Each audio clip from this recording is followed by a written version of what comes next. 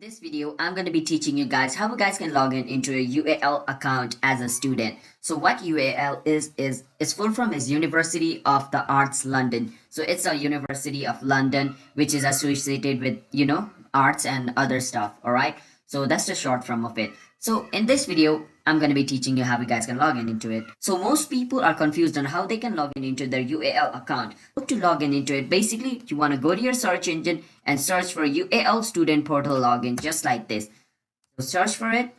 Once you search for it, this thing is going to show up. And once you want to click on where it says UAL Portal login, you want to click on it over here. And it's going to take you to this website. Once you're in this website, basically what you want to do is click on where it says username and enter your username. And after entering your username, you want to enter your password. After entering your username and password, you want to click on where it says login. And if your username and password is correct, after clicking on login, you should be able to log in into your account easily.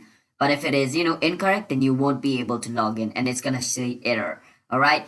And for some reason, if you guys forgot your password, you can always click on where it says forgot your password and, reset your password by following all these steps. All right. So that's basically how you guys can reset your password and how you guys can log in into your UAL account. So that's basically what today's video is about.